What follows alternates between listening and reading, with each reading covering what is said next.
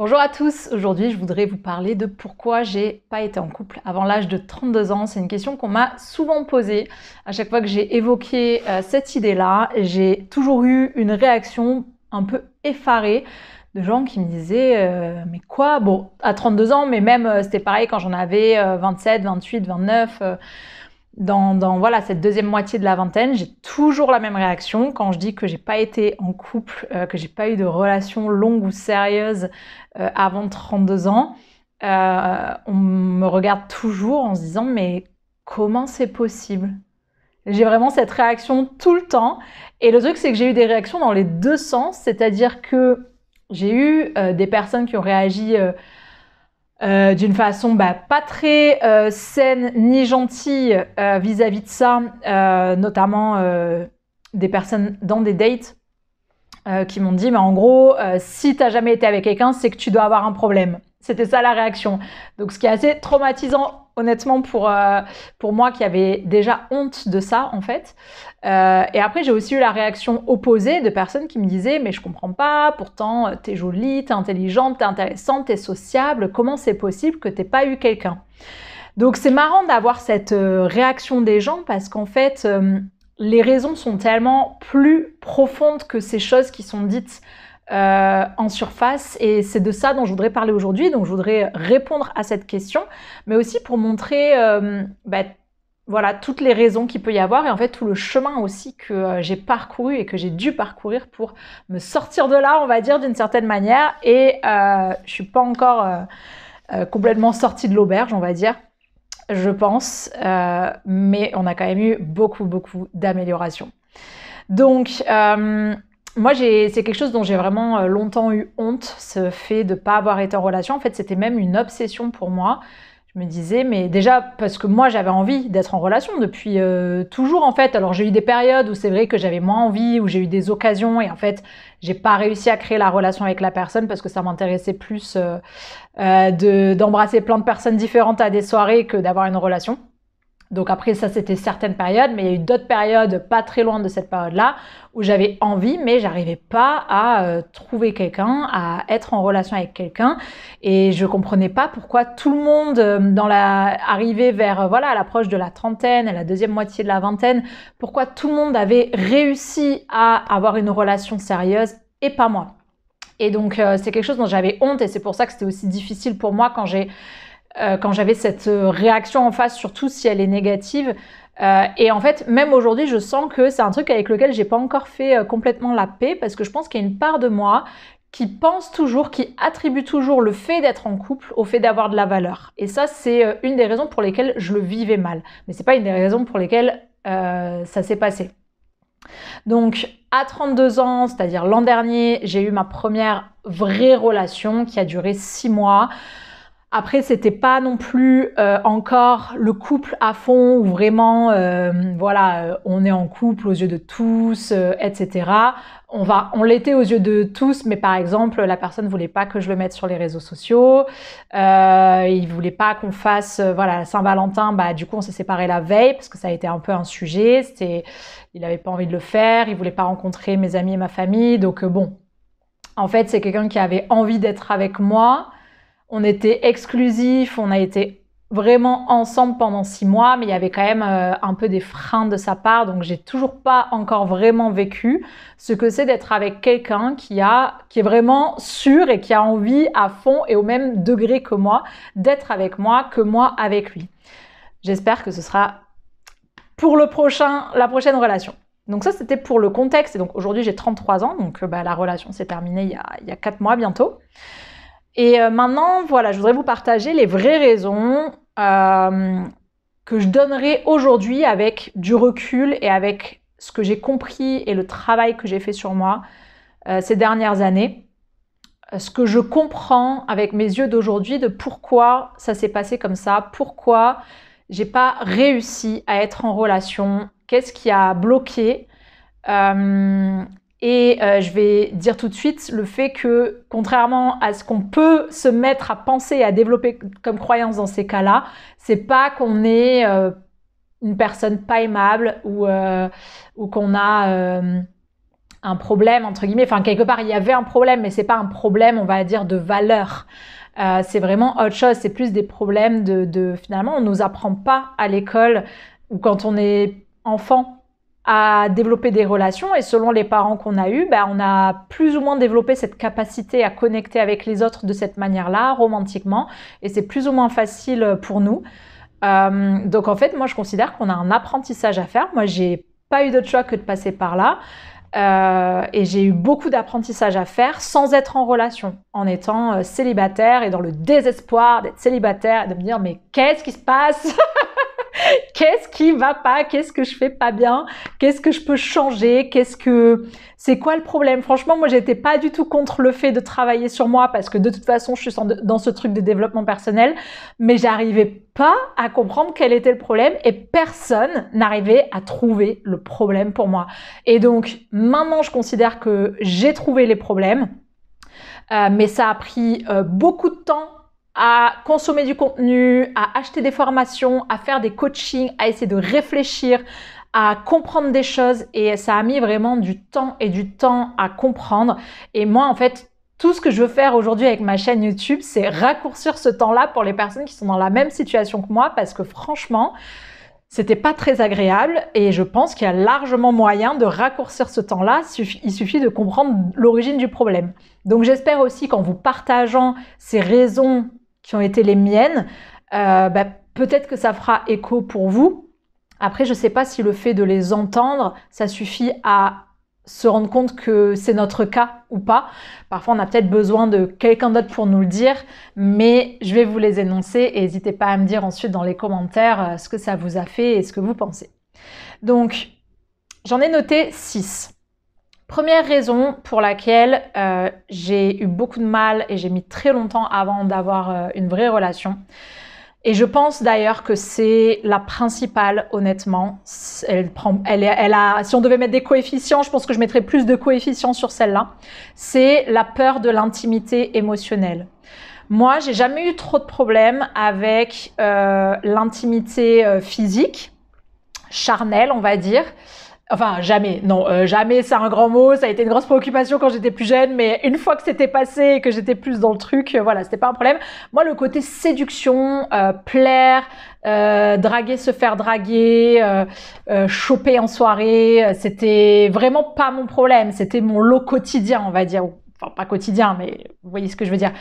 Donc moi, j'avais vraiment pas de problème avec le début, l'approche, et le fait d'initier quelque chose, de montrer l'envie, le fait qu'on est attiré, etc.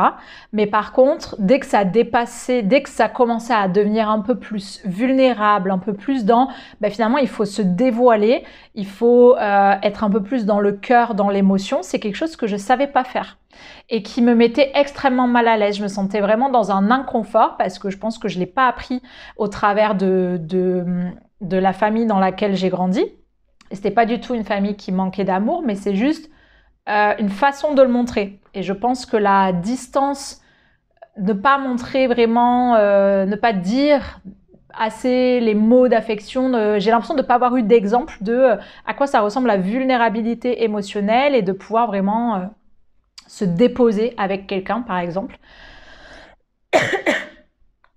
Donc, je mettais beaucoup de freins. Faut que je boive, j'ai envie de tousser.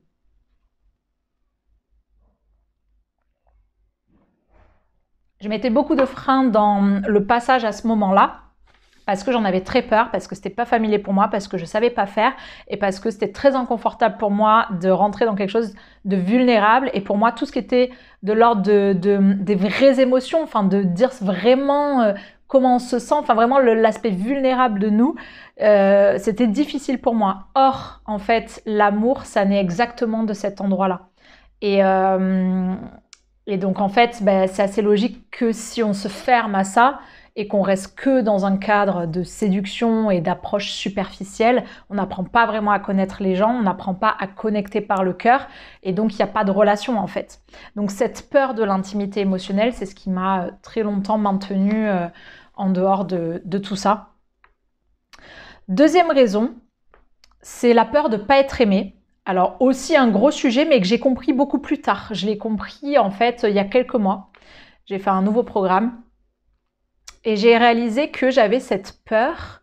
En fait, j'étais consciente que j'avais... C'est comme si je marchais sur des œufs. C'est-à-dire que quand je rencontrais quelqu'un, et a fortiori quelqu'un qui me plaît et à qui j'ai envie de plaire, et ben en fait j'avais cette peur que le premier date, le deuxième date, ça va parce que je sais que je peux paraître chaleureuse, amicale, dans le bon sens du terme, voilà, sympa. Je sais que si la personne est attirée par moi, je peux séduire et lui plaire, etc. Mais quand on arrive vers déjà un troisième date et qu'on commence à avancer en fait dans le fait d'apprendre à se connaître, moi j'avais cette peur constante de dire ou faire un truc qui ferait fuir la personne. J'avais l'impression qu'en fait, si on découvrait mes défauts, et c'est ce qui se passe en principe quand on apprend à connaître quelqu'un un peu plus, on n'est plus seulement dans la partie où on sait être sous notre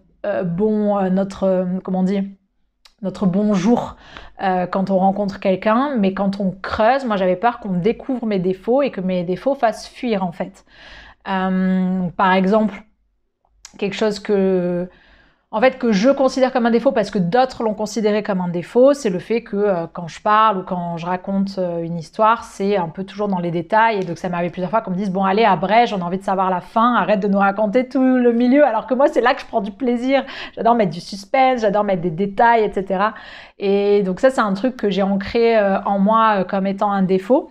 Et ça, mais en fait, j'avais aussi peur de tout l'aspect dès que j'allais me mettre en colère, entre guillemets, c'est-à-dire que si quelque chose me plaisait pas, si je sentais quelque chose m'énerver, que j'avais envie de dire quelque chose, je réfrénais le fait de dire quelque chose parce que j'avais peur qu'en gros, faire ça, ça voulait dire être chiante et donc faire fuir les autres. Donc en fait, ça voulait dire que je pouvais jamais mettre mes limites. Et en fait, je pense que si j'étais par autopréservation, comme je savais que j'étais pas capable de mettre ces limites, je me suis préservée en me retrouvant dans des situations où j'ai pas besoin de les poser, c'est-à-dire en n'étant pas en relation. Et d'ailleurs, j'avais entendu une phrase un jour qui disait « La peur de l'engagement, c'est une peur de pas savoir poser ses limites » ou quelque chose comme ça. Et quelque part, c'est vrai, parce que voilà, en fait, j'avais cette peur que... si je dis quelque chose, on va m'envoyer bouler, on va me dire mais en gros t'es trop chiante, t'es trop chiante en fait de dire ce que tu penses et de poser tes limites, alors qu'en fait on devrait pas du tout. Mais je pense que mon hypothèse c'est que si on a un parent qui a du mal à réagir face à nos émotions négatives comme la colère ou ce genre de choses, et que ce parent a tendance à s'énerver ou à un peu exploser ou nous le reprocher, et ben du coup on intègre que on devrait pas faire ça. Et moi si je fais l'hypothèse aujourd'hui, et je peux pas être sûre, mais puisque mon père est un peu comme ça et qu'on fonctionne souvent avec le parent du sexe opposé, que du coup ça a peut-être ancré en moi le fait que exprimer mes limites, ma colère, et tout ce qui est un peu négatif, comme être déprimé, se plaindre, etc., je peux pas le faire en liberté parce que ça veut dire qu'en face, on va plus m'aimer et qu'on va partir. Même si mon père est pas parti, mais je pense que c'est ça la construction quand on est enfant. C'est ça l'intégration qu'on fait de cette réaction-là. Donc j'avais constamment peur de faire un faux pas, et le problème quand on a cette peur constante, c'est qu'on peut pas être soi-même. Parce que du coup, être soi-même, c'est vivre ses émotions, les exprimer. Bon, dans un certain degré, il y a une façon mature et adulte de les exprimer, mais en tout cas, de pas se plier à l'autre, de pas être là, toujours faire attention à ce qu'on dit, ce qu'on fait, comment on s'habille, comment on présente, tous les détails, parce qu'en fait, vivre dans cette analyse constante de est-ce que ce que je suis en train de faire, ça va correspondre à ce que je veux la personne, et être dans l'analyse constante de la réaction de la personne pour vérifier que c'est bon, elle valide, que ça lui va, en fait, c'est pas vivable. Et en fait, on peut pas être apaisé dans une relation comme ça, puisque on n'est pas en paix. Et pour l'autre, en fait, on n'est pas authentique. Et je pense que l'amour, il naît de l'authenticité, il naît des aspérités, donc y compris nos défauts et le fait qu'on pose nos limites. En fait, toutes les émotions, c'est l'entièreté de notre être. Parce que si on lisse tout, il manque quelque chose un peu pour s'accrocher. Et moi, je fais l'hypothèse que, donc, à mes 30 ans, ouais, je crois, j'ai failli avoir une autre relation, enfin, quelqu'un que j'ai fréquenté pendant 5 mois, mais on n'était pas ensemble. On se voyait, et à distance, donc on s'est vu quelques fois pendant les 5 mois. Je sais aujourd'hui, je me rends compte aujourd'hui que j'avais beaucoup de mal à me détendre et à être moi-même et authentique parce que j'avais tellement peur que ça le fasse fuir. J'y arrivais pas. Voilà, donc j'ai dû ça aussi apprendre en fait que apprendre la différence entre le défaut qui fait partie de nous et que du coup, bah, en fait, ça fait partie de nous. Donc, soit ça plaît pas. Il n'y a pas à le changer. En fait, c'est pas à nous de le changer. C'est juste de trouver un partenaire qui est OK avec ce défaut. Puisque dans tous les cas, on en a. Et on peut pas, en fait, enlever tous nos défauts et tout changer. Ça serait le travail de 5 vies. Enfin, mais après, il y a un autre type de défaut et d'être chiante. Parce que moi, c'était cette peur que j'avais. Qui est justement autour de poser... Alors, non, pardon, je dirais qu'il y en a 3 parce que le deuxième, ça serait ce principe de poser ses limites, de dire non, ça me plaît pas. Ça, c'est apprendre en fait à légitimer et assumer ses émotions et à les exprimer sans avoir constamment peur que ça fasse partir l'autre. Moi, je sais que j'ai pas encore complètement guéri ce truc-là, mais je sais que j'ai aussi suffisamment progressé dans ma connexion à mes émotions et mon apaisement à être moi-même. Je me suis entraînée avec des personnes que j'ai rencontrées à essayer, en fait, c'est vraiment en essayant petit à petit que j'ai débloqué pour me rendre compte qu'en fait, je mourrais pas et que tout le monde ne partait pas, en fait. Et ça, c'est un truc aussi pour lequel je remercie la personne avec qui j'étais là, la relation que j'ai eue, parce que je considère que cette personne m'a un peu guérie de cette peur de pas être aimée pour ce que je suis, et notamment quand je suis chiante.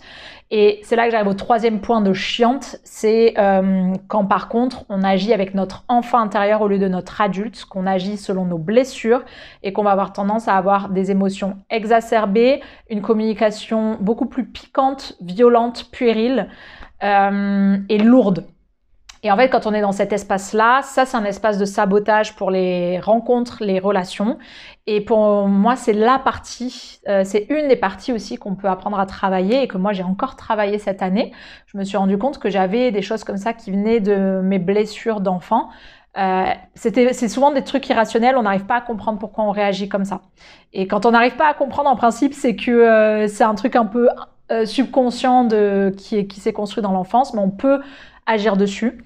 Donc voilà, j'ai dû apprendre, je reviens sur les 2 points, il y avait la peur de l'intimité émotionnelle, donc j'ai dû apprendre à me connecter à mes émotions, oser être dans la vulnérabilité avec quelqu'un et oser connecter, et ça demande de la vulnérabilité. J'ai dû apprendre par rapport à la peur qu'on découvre mes défauts et qu'on m'aime pas, la différence entre les 3 défauts que je viens d'énoncer, où est-ce qu'on peut travailler et où est-ce qu'il ne faut pas chercher à se changer, et apprendre à entendre mes émotions, mes limites, les légitimer, les exprimer pour être au plus près de qui je suis vraiment, de mon authenticité.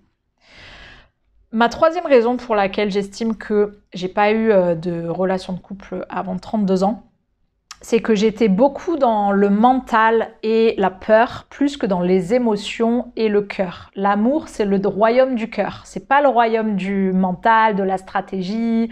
Ça, c'est l'ego. Les stratégies, les peurs, les croyances, c'est l'ego, c'est pas le cœur. Et le fait d'être dans ce mental, déjà, ça fait que vu qu'on connecte par le cœur, si on n'est pas du tout dans son espace du cœur, c'est dur de connecter avec quelqu'un, donc c'est dur d'entrer en relation. Ça bloque naturellement, en fait. Ensuite, ça me rendait assez critique et jugeante, c'est-à-dire que je laissais pas passer grand-chose. Le moindre faux pas de la personne, je me disais non, en gros, si cette personne n'est pas capable d'être comme ci ou d'être comme ça, c'est bon, c'est mort, moi je préfère être toute seule. Alors qu'en fait, moi-même, il y avait des tonnes de choses que j'étais pas capable de faire, mais j'avais du coup ce côté un peu blanc ou noir et très sec presque, et ferme et jugeant par rapport au comportement de l'autre et aux faux pas et aux maladresses et au fait qu'il faisait pas la bonne chose. Je pense que c'était quelque part une protection parce que c'est plus facile d'être dans ce domaine de l'analyse rationnelle, critique, mentale que l'espace du cœur pour moi à l'époque. Donc c'était plus facile d'utiliser cet espace-là que de reconnaître que peut-être moi j'avais besoin de sortir de là, de descendre là et d'aller dans cette vulnérabilité dans laquelle j'avais pas envie d'aller.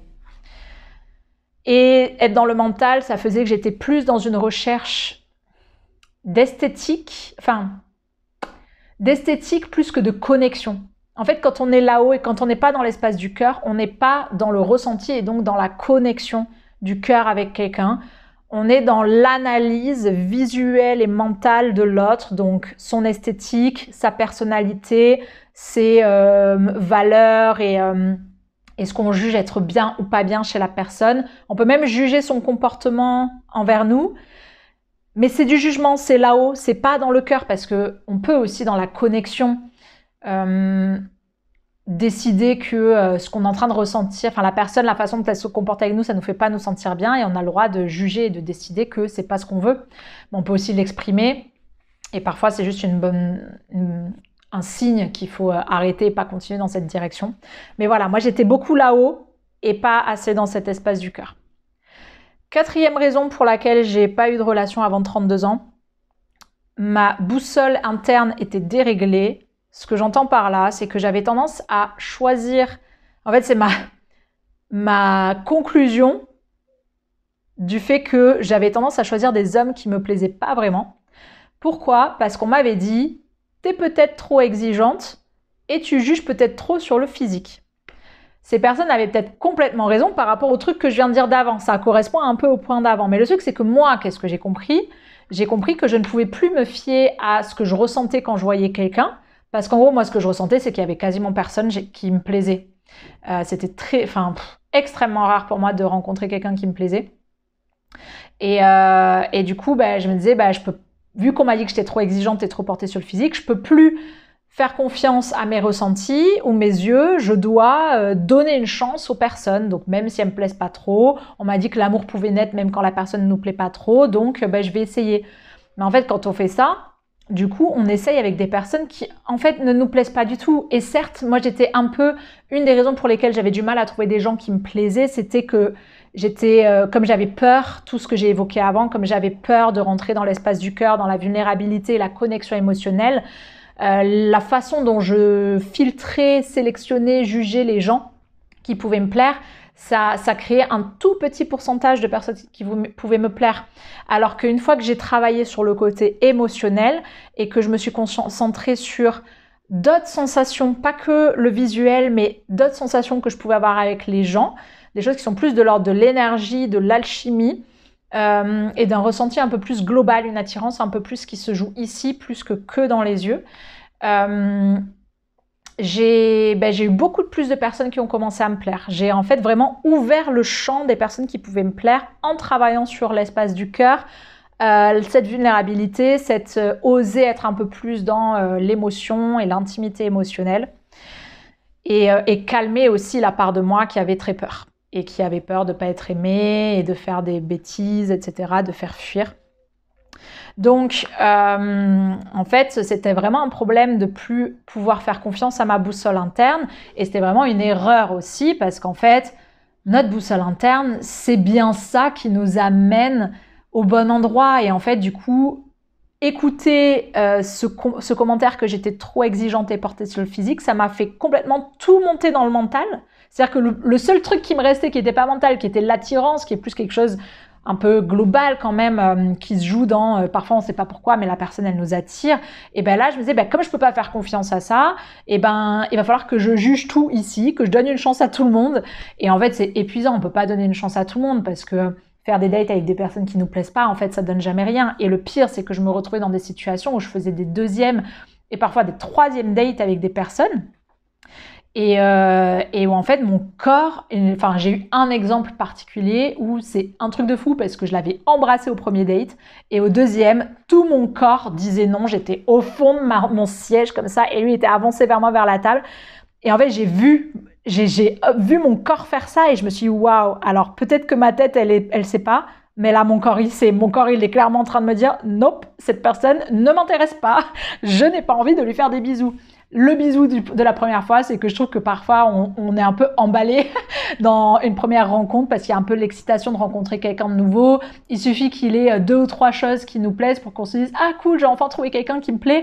Mais en fait, quand on creuse et qu'on apprend, parfois c'est un peu juste une vague d'excitation du moment, mais en fait c'est pas un truc durable. Donc je ne fais plus trop ça maintenant. En tout cas, j'essaie de pas le faire, de pas me laisser avoir et de me dire calmos. L'escargot, là, comment on dit bon, je sais plus, enfin, calmos. L'amour, c'est une rencontre sur la durée. C'est un marathon, c'est pas que l'émotion de maintenant, c'est apprendre à connaître l'autre, apprendre à connecter, apprendre à sentir comment on se sent dans plein de situations différentes. Donc, on évite des conclusions hâtives dès la première fois. Donc j'ai dû apprendre à refaire confiance à ma boussole. En fait, ma boussole n'était pas déréglée, mais c'est juste que les commentaires d'autres personnes m'ont fait croire que je ne pouvais plus l'écouter. Et en fait, j'ai dû réapprendre à l'écouter. Et réapprendre à l'écouter, ça voulait dire que quand j'étais dans un date ou quand je partais d'un date, d'être honnête avec moi-même et de me dire qu'est-ce que je ressens ? Est-ce que je ressens de l'attirance pour cette personne ? Est-ce que je ressens l'envie d'aller à un deuxième date ? Et j'ai dû apprendre à respecter ces choses-là et me dire, en fait, si je ressens pas le truc, c'est qu'il n'y a pas le truc et c'est ok et c'est comme ça, on peut pas vraiment le contrôler. Après, j'ai quand même aussi souvent donné, entre guillemets, des deuxièmes chances quand j'étais pas sûre en me disant, les gens, parfois, un premier date, ils peuvent être pas complètement eux-mêmes.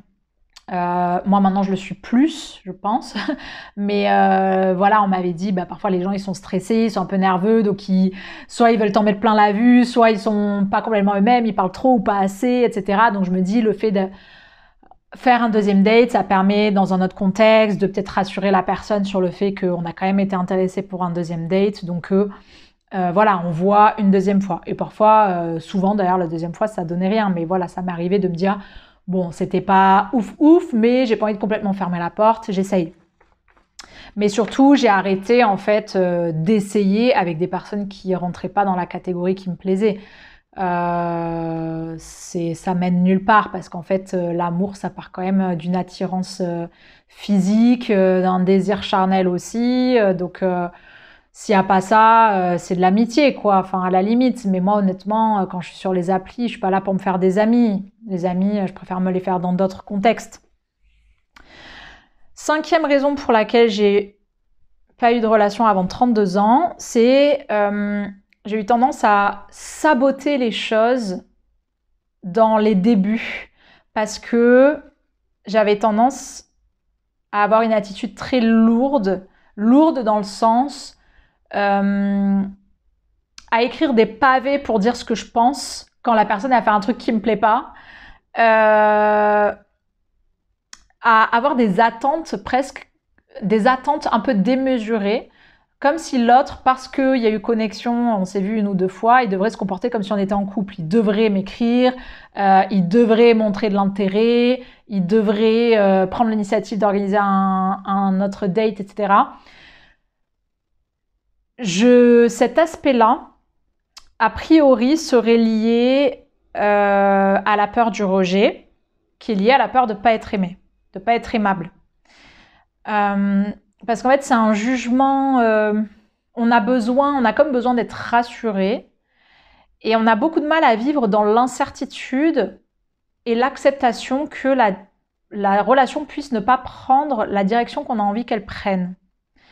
Et d'avoir besoin de contrôler, de combler le vide, et ce besoin de dire ce qu'on pense à la personne dès le début, alors qu'en réalité c'est trop tôt pour adopter ce genre de comportement. Au début on se doit rien, on se connaît pas assez pour ça, on n'est pas ensemble, et l'atmosphère devrait être beaucoup plus légère et dans accepter que l'autre aille à son rythme et qu'il fasse pas les choses telles qu'on a envie.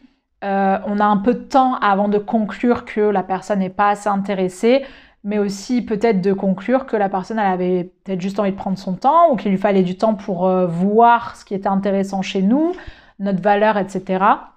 Donc voilà, j'avais moi une attitude très pesante en fait dans les débuts à vraiment écrire des pavés de toutes les raisons pour lesquelles ce qu'il a fait c'est pas bien. Et en fait quand on fait ça, c'est du sabotage parce que c'est vraiment très désagréable pour la personne en face et honnêtement c'est pas encore le moment de le faire. C'est beaucoup trop tôt dans la relation et ça c'est un truc sur lequel on peut travailler pour apprendre à s'apaiser en fait et à accepter la situation, accepter de pas être en contrôle. Moi j'ai aussi réappris en plus de toutes les émotions, l'intimité émotionnelle, j'ai aussi appris à être plus dans mon énergie féminine, qui est celle qui ne prend pas les initiatives, qui attend, qui reçoit, qui laisse un peu les autres prendre le lead et les décisions, et qui essaye de rester dans son espace à elle d'énergie, de joie, ce qui lui fait du bien à elle, de ne pas être trop dans sa tête, ne pas être trop tourné vers l'autre, mais c'est vraiment conserver une énergie ancrée avec soi et être un peu comme assis au fond de son fauteuil à observer ce qui se passe avec sérénité, se dire quoi qu'il arrive, si la personne elle est intéressée, elle viendra, il se passera quelque chose. Ça n'empêche pas de prendre des initiatives, mais pas être tout le temps celle qui en prend, tout le temps celle qui vient aux nouvelles, tout le temps celle qui écrit, parce que du coup ça laisse pas la place de savoir ce qui se passe de l'autre côté, quoi. Et donc j'ai appris ça et j'ai appris aussi à reconnecter à ma sensualité, ma féminité. Ça, je suis passée par la danse pour ça, parce que la danse permet d'avoir un peu plus notion de son corps, de ses gestes, de ce dont on est capable et tout. Et j'ai fait en plus de la danse de couple et en plus de la bachata sensuelle, qui est une danse un peu quand même avec pas mal de promiscuité et sensuelle entre voilà. Et souvent on danse, enfin moi souvent je danse avec un homme, pas que, mais la majorité du temps. Et ça m'a... Et en fait, comme c'est pas moi qui guide dans la danse, j'ai dû apprendre à lâcher le contrôle et me laisser guider et devoir juste écouter. Parfois, je danse les yeux fermés pour mieux écouter. En gros, c'est la personne, le guide, celui qui guide en face, qui souvent est un homme, va faire certaines choses avec ses mains ou des parties, voilà, des parties de son corps. Il y a un code en fait, il y a un langage dans cette danse, et tu sais que quand il fait tel truc, ça veut dire que toi tu dois faire tel truc. Donc en gros, tu es dans l'attente de l'impulsion de l'autre et tu dois suivre l'impulsion. Et c'est un peu inconfortable quand on est quelqu'un qui aime avoir le contrôle, qui aime prendre les initiatives, moi j'ai un tempérament indépendant et entrepreneurial, donc j'utilisais complètement ça aussi dans ma vie amoureuse, alors qu'en fait la vie amoureuse c'est un autre domaine, c'est pas la même chose, c'est vraiment le domaine du cœur, des émotions, de se déposer avec l'autre, d'être soi-même. On est beaucoup plus dans l'être que dans le faire. Et du coup, la danse m'a aidée à apprendre un peu plus, à lâcher prise, à lâcher le contrôle, à accepter que ce soit quelqu'un d'autre qui décide et pas moi, et que je vais pas mourir et que c'est ok de pas être celle qui décide aussi. Donc voilà pour ça. Et dernier point, le 6e, qui est on va dire le seul point positif de tout ça, c'est un tout petit peu, dans un certain pourcentage, mon intuition, puisque en gros il y a eu des fois où j'avais l'opportunité, des personnes qui ont voulu être avec moi et où j'ai dit non parce que je sentais qu'il y avait quelque chose de pas sain chez la personne. Un exemple, c'est quelqu'un qui a voulu être avec moi alors qu'il avait trompé sa copine avec moi. Et je me suis dit, s'il l'a fait avec elle, il pourra le refaire avec moi. Puis c'était quelqu'un d'un peu torturé. Et honnêtement, j'avais pas envie de vivre ça au quotidien. J'avais pas envie de devoir gérer ça. Je le voyais déjà alors qu'on n'était même pas ensemble. Donc j'ai pas eu envie d'y aller. Et en fait, il y a aussi ce truc où... parfois c'est aussi que je l'ai pas senti et que je préférais honnêtement être, comme on dit, vaut mieux être seule que mal accompagnée. Et je pense qu'il y a eu quelques cas où c'est ça que j'ai respecté, parce que au fond je pense que j'ai quand même un grand respect de moi-même et du fait de pas me retrouver dans des situations compromettantes ou chiantes et malsaines. Et donc j'ai aussi refusé certaines choses comme ça. Et parfois, c'était juste malheureusement que j'étais pas assez intéressée par l'autre personne. Et ça, c'est aussi du respect de soi que de pas se forcer. C'est pas parce que la personne est intéressée que je dois absolument y aller. Justement, j'étais pas désespérée à ce point-là. C'est-à-dire que non, j'ai quand même un respect de moi à ce niveau-là. Et je pense aussi que du coup, j'ai pas... Je sais qu'il y a des personnes qui enchaînent les relations parce qu'elles supportent pas de vivre seules. Ben moi, c'était pas mon cas. Moi, j'arrivais et j'ai appris aussi à faire plein de choses seule et à vivre seule. J'avais déjà un peu ce tempérament un peu autonome, indépendant, entrepreneurial, enfin en mode je mène ma barque, quoi. Je fais mon truc. Je préfère d'ailleurs faire les trucs seule qu'avec d'autres gens. J'ai toujours préféré le travail en autonomie que le travail au travail en groupe. Donc j'avais déjà cette fibre-là. Mais voilà, ça a fait que j'ai quand même dû, puisque j'avais envie de relations et j'étais très triste de pas réussir à en avoir, dans ces moments-là, ces années-là, j'ai dû quand même apprendre à faire des choses seule aussi, alors que j'aurais préféré les faire avec quelqu'un. Donc j'ai eu les deux côtés. Et je l'ai appris, et bon, honnêtement, moi voilà, aujourd'hui, je pense que j'aime bien aussi le principe de pouvoir être seule, parce que je trouve qu'il y a tellement d'avantages à être seule et à faire des choses seule. J'ai vraiment l'impression que ça m'a donné l'opportunité d'apprendre à me connaître, voilà. En fait, pour avoir discuté avec des personnes qui étaient dans le cas opposé, et c'est pas pour faire une critique, c'est juste un constat de la différence qui se passe dans une situation ou dans l'autre, c'est que moi, même si j'ai été triste d'être très longtemps célibataire et ne pas réussir à avoir une relation, ça m'a donné un espace immense pour apprendre à me connaître et savoir ce que moi je veux, suivre mes envies, suivre mon rythme. Toutes les décisions que j'ai prises, je les ai prises pour moi, donc j'ai aucun regret de choses que je n'ai pas faites parce que j'ai dû prendre quelqu'un d'autre en compte. Donc ça, c'est le point positif de ma situation. Maintenant, ça n'empêche pas que j'ai envie d'entrer en relation. Et d'ailleurs, je l'ai pas mis, mais je pourrais le rajouter en 7e point. Une des choses pour lesquelles j'avais un peu peur aussi d'être en relation, c'était de perdre justement cette liberté-là. Il y a à la fois la liberté, on va dire, physique, enfin géographique, de pouvoir, si j'ai envie de partir voyager 6 mois, si je suis avec quelqu'un et que la personne elle reste ici, ça va être trop dur de le faire, je pense pas pouvoir le faire, donc ça va un peu me bloquer. Il y a devoir prendre en compte la personne, l'emmener, faire des choses ensemble et peut-être avoir moins de temps seul pour moi pour me ressourcer. Mais il y a aussi la peur du manque de liberté quand on a du mal à exprimer, être très clair sur qu'on a besoin en fait quand on a du mal à exprimer toutes ses émotions, à mettre ses limites et à vivre exactement dans ce qui est juste pour nous parce qu'on a peur de la réaction de l'autre par exemple, ou qu'on a peur de plus être aimé, c'est une petite forme de prison, c'est un manque de liberté. Et je pense qu'au fond de moi j'avais peut-être un peu peur aussi de pas être capable de faire ça et du coup de me retrouver emprisonnée dans une relation et de pas pouvoir faire tout ce que je veux, aussi parce que j'ai entendu beaucoup de personnes parler du couple de cette manière, dire que qu'elle ou il ne pouvaient pas faire ceci ou cela parce qu'ils étaient avec leur conjoint. Et moi, ça, c'est pas une vision de l'amour et de la relation qui me plaît, et donc ça me faisait peur. Aujourd'hui, je pense que autre chose est possible. Et que je pense que c'est tout à fait possible de trouver quelqu'un qui est complètement ok avec le fait que je puisse parfois aller me balader toute seule parce que j'ai besoin de me ressourcer comme ça et qu'on n'est pas obligé d'être tout le temps ensemble, même si moi j'ai envie de beaucoup partager et d'une profondeur de lien et de connexion, mais je trouve ça aussi très sain et chouette, et c'est ça que j'aimerais vivre, de pouvoir avoir mes moments solo et que la personne ait ses moments solo, que chacun ait ses amis aussi, donc on puisse avoir des amis en commun, mais aussi qu'il y ait une vie des deux côtés. Et ça, c'est vraiment le principe d'être deux entités distinctes qui, ensemble, font une troisième entité qui est le couple, et non pas un truc fusionné qui fonctionne tout le temps à deux. Donc voilà mes 6 plus 1 raisons pour lesquelles j'ai jamais été en relation avant 32 ans. J'espère que vous voyez que c'est beaucoup plus en fait d'ordre psycho-émotionnel et pas du tout en lien avec notre valeur ou ce que les personnes peuvent penser à première vue quand on leur dit qu'on n'a pas été avec quelqu'un. Et je suis heureuse, moi, aujourd'hui, de réussir à voir les choses comme ça, même si, comme je vous le disais, c'est encore un truc où je sens qu'il y a encore une petite part de moi qui a encore un petit peu honte de ça. J'ai pas encore fait la paix avec tout, et peut-être que j'arriverai dans quelques années. Je suis pas encore arrivée à ce stade-là, mais c'est ok. Je suis déjà contente d'avoir fait tout ce chemin, d'avoir identifié tout ça et d'avoir dépassé là toutes ces choses que je vous ai dites. C'est des choses du coup que j'ai dépassées et sur lesquelles j'ai travaillé, et honnêtement, ça n'a pas été facile parce que c'est vraiment aller dans la zone très inconfortable.